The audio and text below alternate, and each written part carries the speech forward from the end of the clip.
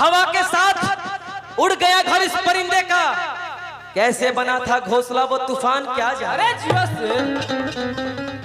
मात्र पाजी ने मुझे 5 मिनट का टाइम दिया है, 5 मिनट नहीं हद से हद 3 मिनट में फरियाद देते हैं।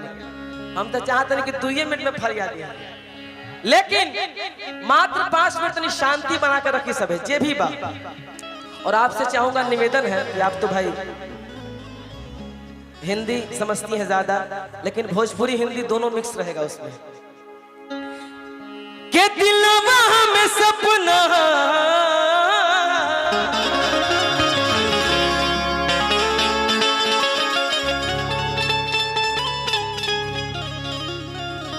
हो, दिलवा में सपना हजार काहे हो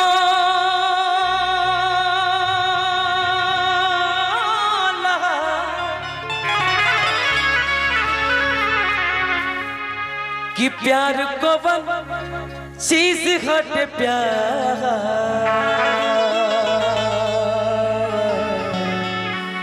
काहे हो।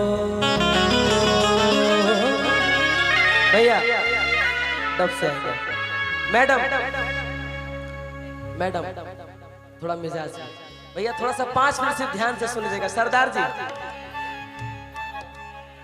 के दिलवा में सपना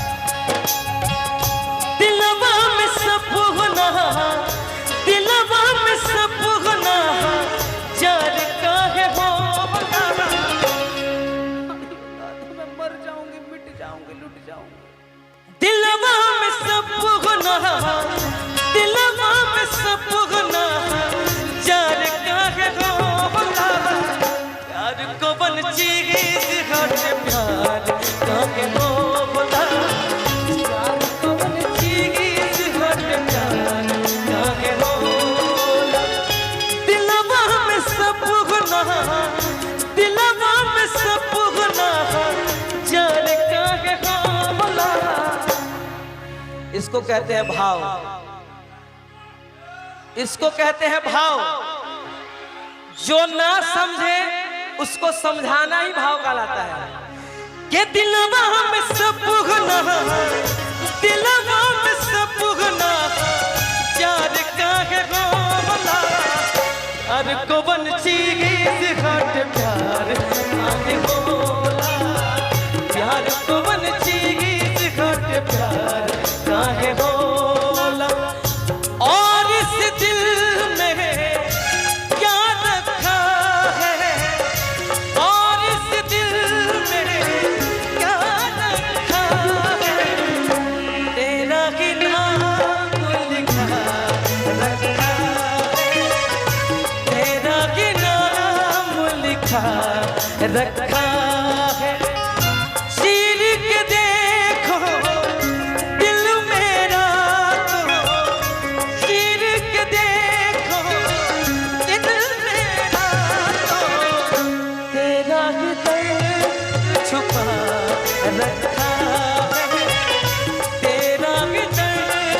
छुपा रखा है।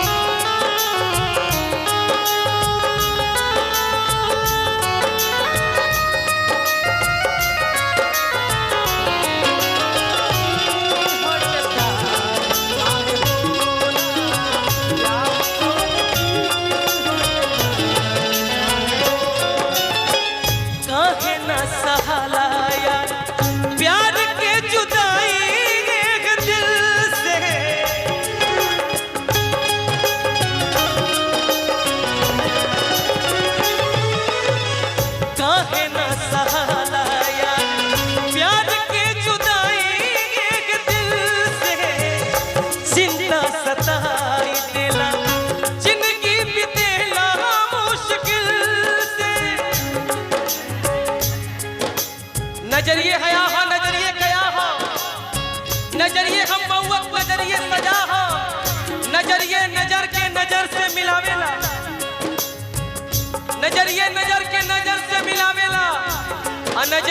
मारो के वो बचिए ना पावेला। दिल में केहू के दिल में केहू के सर काहे होला। वाह, आखिर हमरा में ऐसा ए भैया मंच के साइड के हो हल्ला करता ना रहे दबलो। आखिर हमरा में कौन ऐसा कमी रहे जे तू हमके छोड़ गइलू। हमरा याद बहुत दिन कि तोरा खातिर जमाना से लड़ गई नहीं रहे।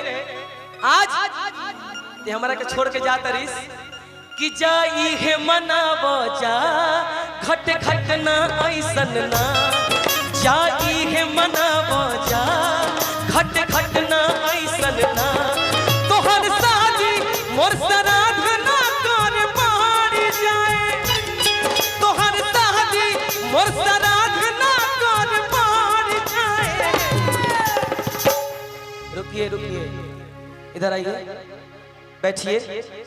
उस वक्त का बात याद कीजिए जब लड़का किसी से प्यार करता हो और लड़की की शादी होती हो, लड़की मंडप में बैठी हो तो लड़का यही कह सकता है कि तोहर शादी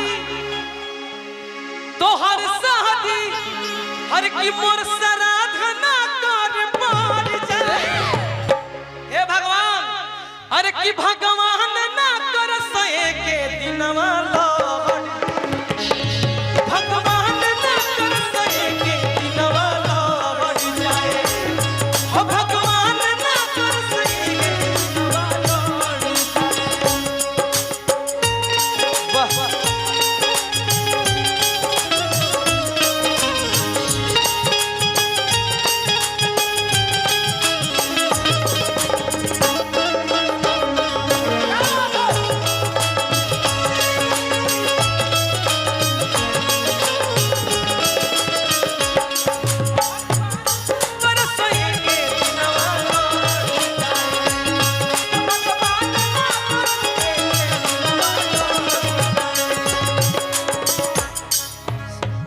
सुनो बैठो।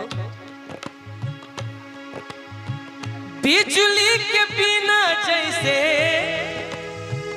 तार बेकार हो ओ सही जिंदगी अब तोहरा बिन हमार हो। ओ सही जिंदगी अब तोहरा बिन हमार हो। ओ सही जिंदगी अब तोहरा बिन हमार। बिजली के बिना जैसे तार बेकार हो ओ सही जिंदगी अब तोहरा बिन हमार। ओ सही जिंदगी अब तोहरा बिन हमार हो। ओ सही जिंदगी अब तोहरा बिन हमार हो। हम न चाहब कोनो लफड़ा ऐसा बढ़ जाए। हम न चाहब कोनो लफड़ा ऐसा बढ़ जाए। इश्क में लुट गया। एक गाना आप लोगों ने सुना होगा, अगर न मिलते इस जीवन में अरे कि लेते जन्म दोबारा। थोड़ा थोड़ा सुना रहे हैं, थोड़ा सा टाइम कम है। अगर न मिलते इस जीवन में, आज आपसे पहली बार मुलाकात हुई है लेकिन पहला बार में इतना प्यार मिल गई तो दूसरा बार में तो पूरा संसार मिल जाए हमारा। उधर जाइए, इतना बड़ा मंच बना है 40 बाई 40 का, उधर जाइए। आप आज के लिए माधुरी दीक्षित हैं।